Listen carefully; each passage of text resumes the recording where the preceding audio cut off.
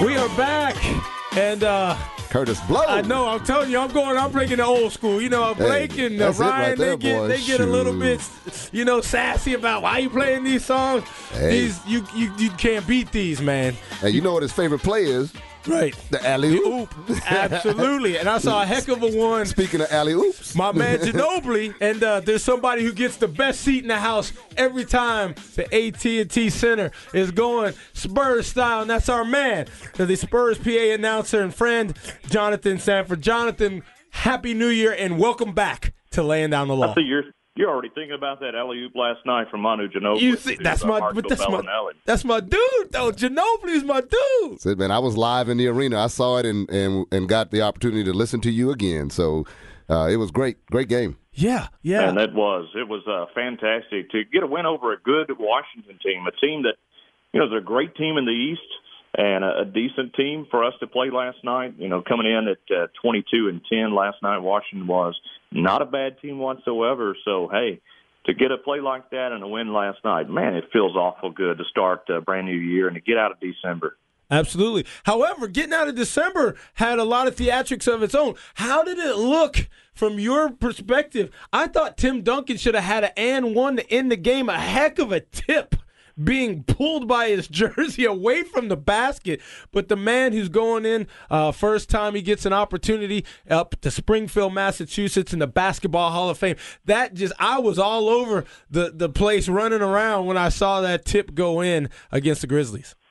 How many big plays did Tim Duncan make in the month of December that he really wasn't rewarded for? I mean, you go back to the 2-3 overtime games, some of the big plays he made in those overtimes that he never got really the ultimate praise for, and that's a W. But to have that play happen at the end of regulation, to pick up the W in overtime, it was almost like the basketball gods were saying, okay, guys, you've had a rough month of December. Let's reward you for staying hard and for staying humble and for going at it the way you do as the Spurs. Because, I mean, really and truly, that was one of those plays. You look back years from now, it'll be one of those plays that you'll just remember, especially if you're in the arena. You'll never forget the feeling of 0.7 of a second being up on that clock and watching that ball go through the air. I think I heard Danny Green give like what seemed like a 10-minute dissertation about how that ball felt in the air. He said he started out, he didn't feel too confident. Then he started getting a little bit more confident. Then he got real confident when he saw the ball about to go down. Unbelievable play, man. We're talking with Jonathan Sanford, the Spurs PA announcer. And, people were kind of excited when I told them that you were coming on the show yesterday. I was out, and they said, oh, yeah, we see that guy all the time. Yeah, great voice. And for those who don't know, Jonathan also participates with the 6A high school football program announcing in Austin as well. So if you think that you're in the stadium and you hear a voice from the football season from August down into December, yes, the same person. And, you have a great vantage point for some excellent sports from high school up to the pros. Tell us, what's your favorite thing that you enjoy about being a part of such a great organization and team as the San Antonio Spurs? Well, it comes down to that integrity that you see within the organization, the success and the caring. Those are the three tenets of the San Antonio Spurs organization, and those are the things that make it so special to be a part of the Spurs organization. You know that you're going to be treated like family. The moment that I walked in the doors of the AT&T Center for the first time and met the folks there with the San Antonio Spurs, and they adopted me into their family, I knew from that moment I was going to be treated sincerely. And it's something that permeates through the entire organization from the very top of the organization.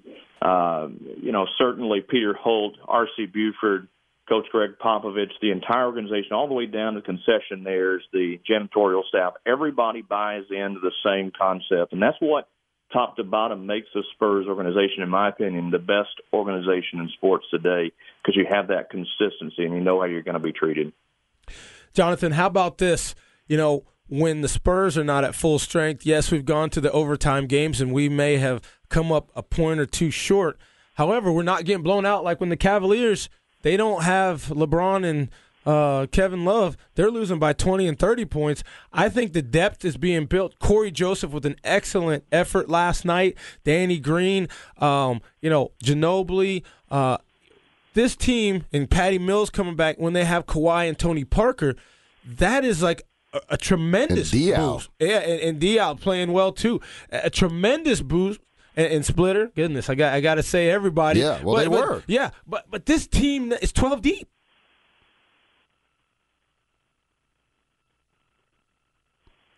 Jonathan. Yeah, I lost you there for just a moment. I'm sorry, no problem. I was saying this team is 12 deep, and even though the two starters were on the sideline, you're getting the wins, but you're building depth that I don't see anywhere else across any other NBA team. And when you get Kawhi and Tony back playing in this rotation, I mean, you're going to be very formidable as the defending Nationals Basketball Association champs. What a problem, what a great problem to have later on when you're going to have Corey Joseph, Patty Mills, and Tony Parker.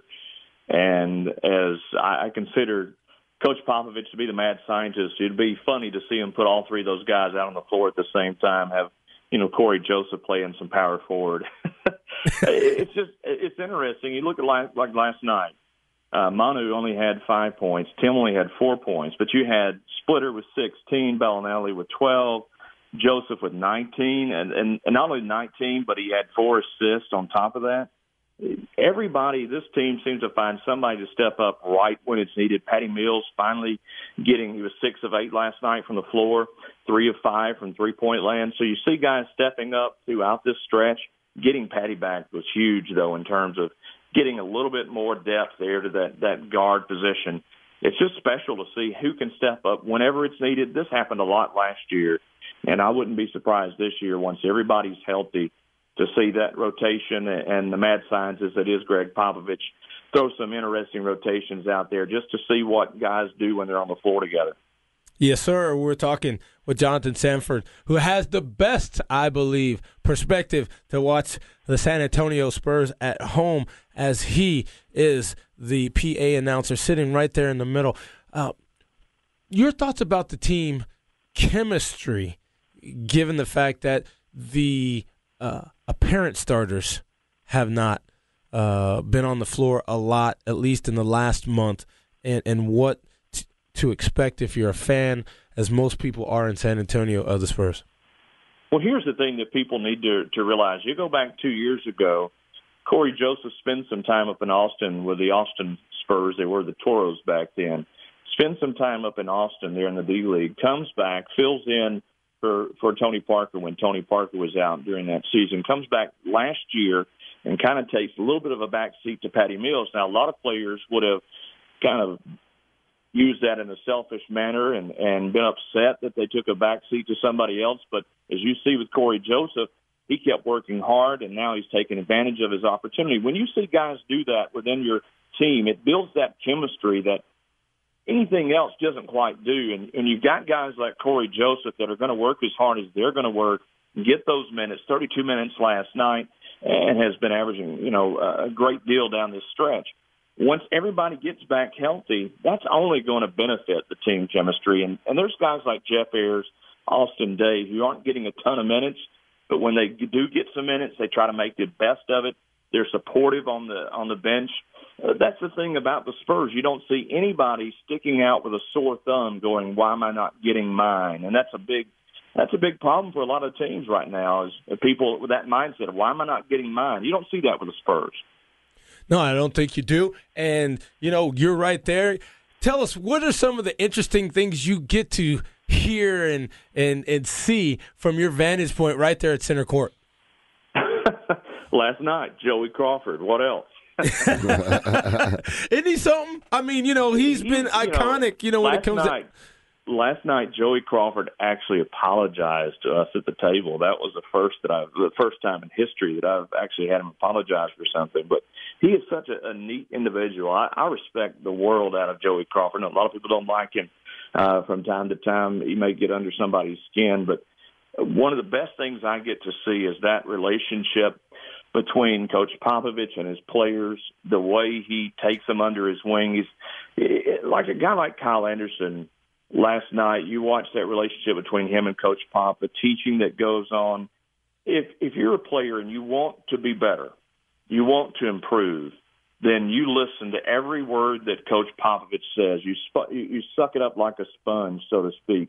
And a guy like Kyle Anderson, I have a lot of trust in his future because I see him willing to do that, willing to listen to that counsel. So when I see those kind of relationships from my vantage point, that just, man, it's amazing. And I walk away at the end of the night just feeling good because you realize how blessed you are to see those relationships bloom through the course of the season and just what that bodes for the future of the organization.